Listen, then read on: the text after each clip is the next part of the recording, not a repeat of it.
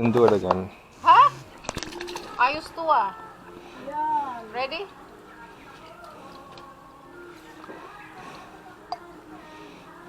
Yummy. Mmm.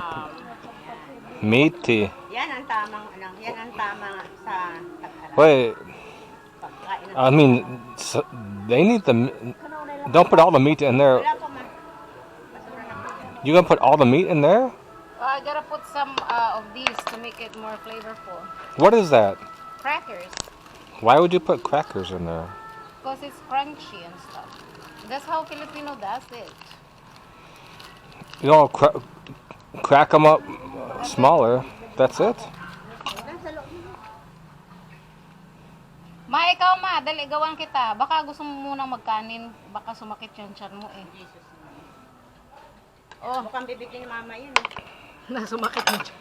Ayan. You want me to try this now? Yeah, go.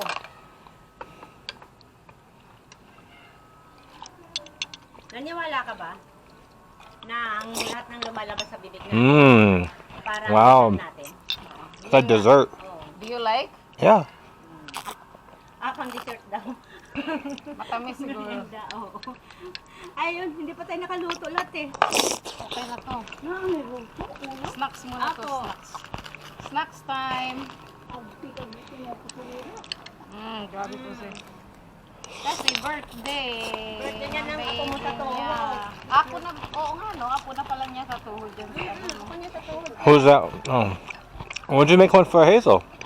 Or someone else? Yummy, yummy, yummy. Fine. Ikaw man na. Kuha ka ng ano. Hindi, ako na. Kukuhaan ko si Kuya mo. Sige. Saka na lang ilagay ito kapag ready to eat na sila Oo, para hindi kasi- masira. Hindi, tsaka ang pangit